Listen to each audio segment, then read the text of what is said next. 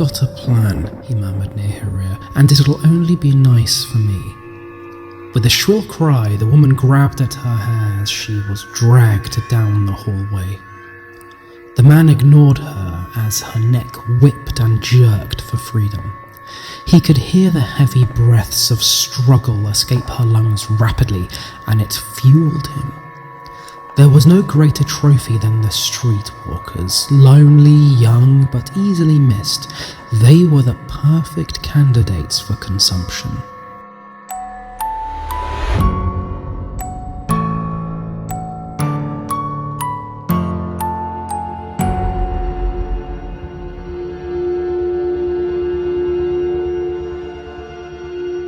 Something that always fascinated the vampire lord was just how quickly they begged for their lives.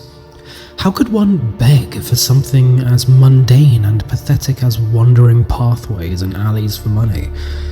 Why was the routine worth the fight and struggle? Why did his victims hold hope for release?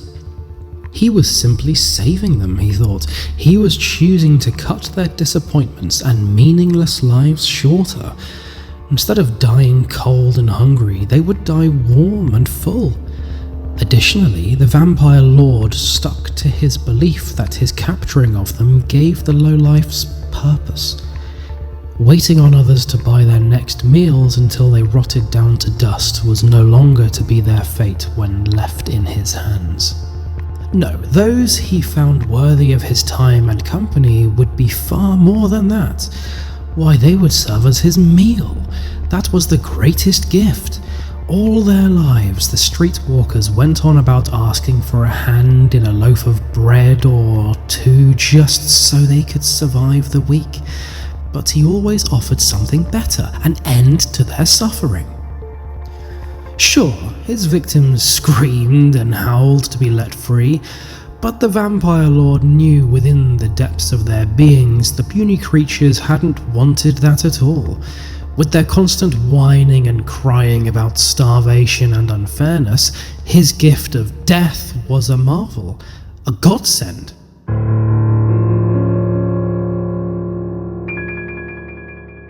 "You should be thanking me," he snarled. "You will no longer walk the streets in hunger or pain. You will no longer stumble along hoping for a rich man to sweep you off your feet. In fact, I have.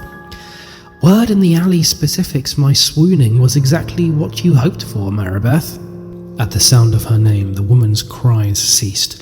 No one had spoken her name since she was a girl. It had always been what her suitors wanted, and it was never a true name. She oddly recalled in that moment that most men referred to her as Sweet Cheeks more than any other pet name. The only people to have known her government name were those that wandered the streets with her. "Have they sold me out?" she wondered. "I thought his existence was a tale and nothing more." "Far from it, my dear," he laughed with a sinister smile. "Tales stand true. It is the direction in which they are woven that holds falsehoods. As you can see with those glassed-over eyes, I am not hulking, I do not possess a hunch over my spine, and I am certainly not a sinkly shade of grey. If you remember, you fawned over me like a virgin wanting to defy her father. According to you, I am quite dazzling in the moonlight, and I hold a charm unseen." "You tricked me," she managed. "You tricked me into your home. I simply gave you as you asked. Did you not ask for a warm bed, a fresh meal?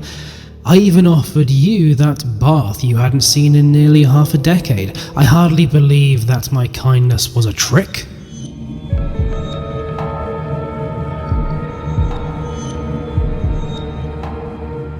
The woman screeched as the vampire lord pulled her into a room.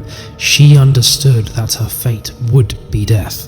She understood that it would not be pleasant. What she did not understand was why this death had chosen her. What about her miserable appearance and way of life made such a gnarly monster take her? "Ah, wonderful. Another simple answer for you, dear Maribeth. There were several factors in my choosing you. First, you were left unattended by those you consider your street mates. Second, despite the years of decay, dirt and grime, I found your complexion to be alluring. Your thin jawline, your sunken cheeks, pale as snow skin, eyes of jade, and hair of royal rubies were all the perfect match. He can read my... I can hear what you think as it comes to you. Maribeth gave a stuttered gasp of disbelief. There's nothing to be frightened of. You assume that you will be dead by the sun's rise. The vampire lord released the woman's hair as she settled on the floor against the side of a bed. When their eyes met, the flash of hazel she'd been drawn to pulled her mind in once again. She was hypnotized by the ageless angles and curves in the vampire lord's face. As she looked further, however, a realization slapped her across the face. If eyes were a window into the soul, the mesmerizing creature before her would have many. At first glance, the vampire lord's hazel eyes had been an enchanting mystery, but they had not been overly extraordinary. Hazel or green eyes were a rarity in her parts, and anything above her normal sight caused an instantaneous intrigue. However, as she became more enticed by the vampire lord's appearance, clouded swirls and echoed greens encouraged her to lean forward. Her yearning for something macabre had led her here, and should death be her prize, she suddenly wanted to make the most of it. Maribeth wanted the lust-filled monster to hold her and have her as he wished. Whether it be for a meal or other means, she would gladly serve her purpose.